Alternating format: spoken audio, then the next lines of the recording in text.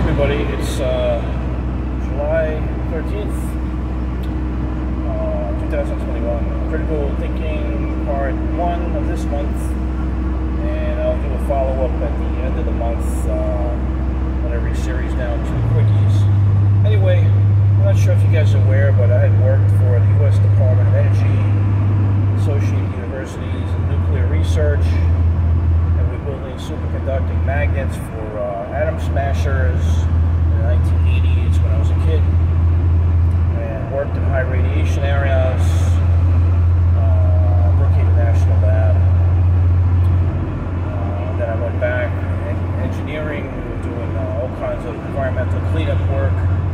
We took apart the world's first or second peacetime nuclear reactor called the BGRR, Brookhaven Research Graphite Reactor, research reactor, and then we took apart the fans, the cooling, and then we cleaned up all the nuclear and biochemical and biological wastes from the government laboratory that was there from 1949 to like 1980s, buried.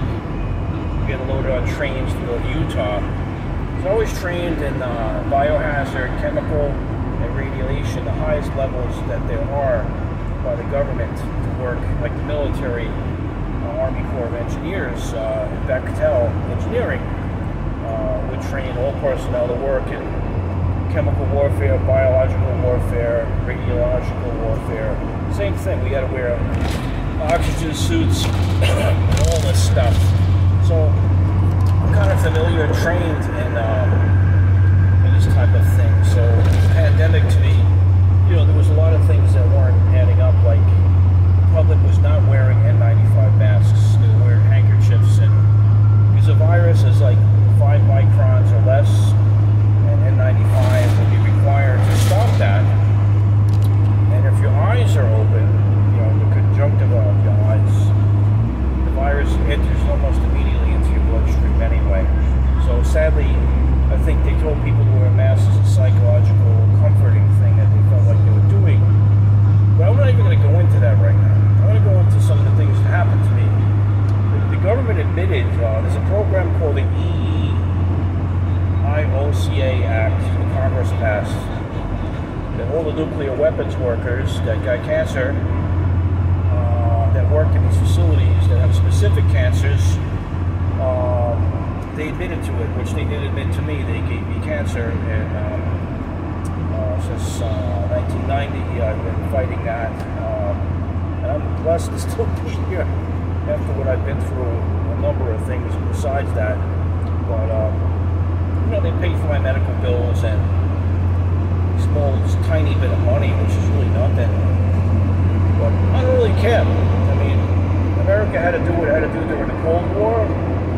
And this is a result of the Cold War, really. After World War II, there was a lot of stuff that was done that wasn't safe and experimental.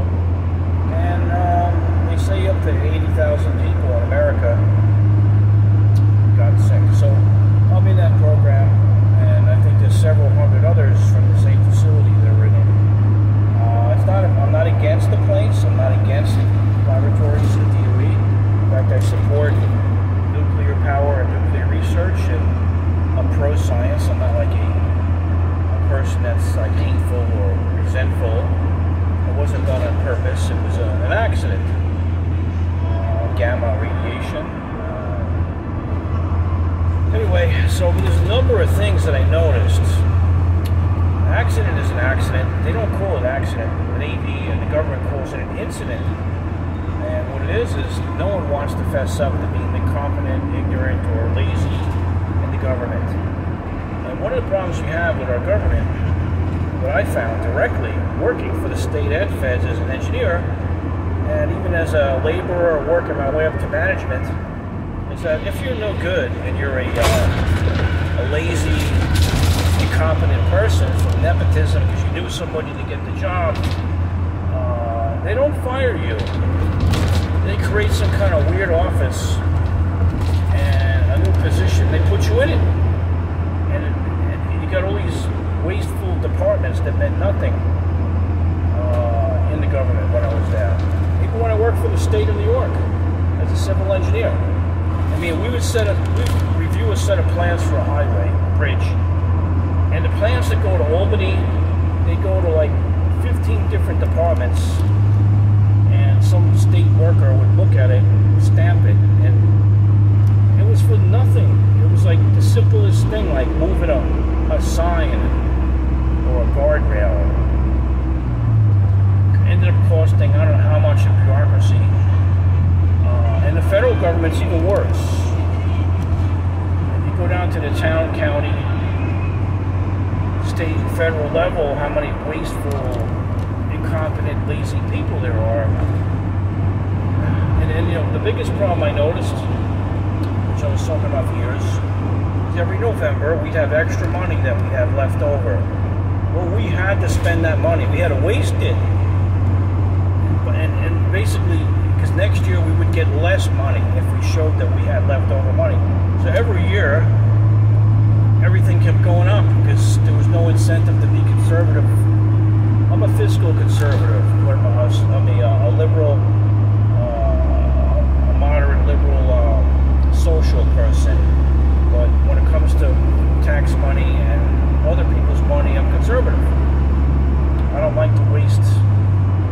And I saw a lot of ways, man. I saw money, I'm talking tens of millions of dollars on futile, wasteful projects that they knew would not work, but yet politically somehow they had to keep them going. It should have been axed like the first month, but nope. Military, same thing. Different weapon systems and aircraft or whatever. Yeah. Excuse me.